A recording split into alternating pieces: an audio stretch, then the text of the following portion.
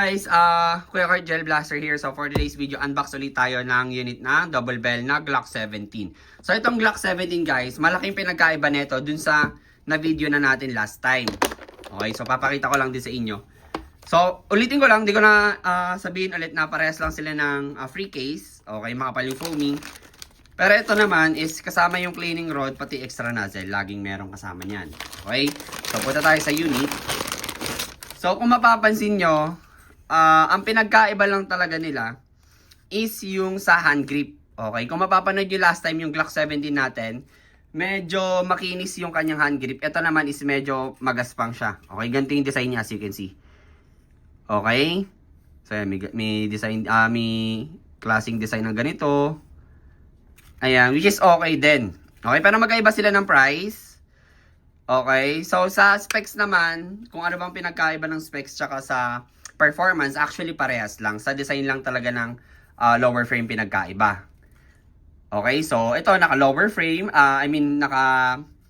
yung lower frame niya is polymer. Okay, so full metal slide.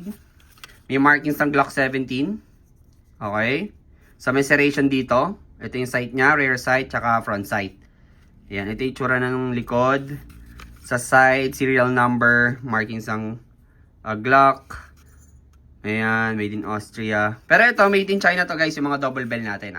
Pero again, if wala talaga yung budget, pwede kayo mag-start ng double bell. Pero kung papasukin nyo rin yung industry ng airsoft guys, pwede kayo mag-start ng WE na mga made in Taiwan. Again, itong offer ko na to is para lang sa mga wala talagang budget or hindi talaga kaya makapag-avail ng mga made in Taiwan ng WE.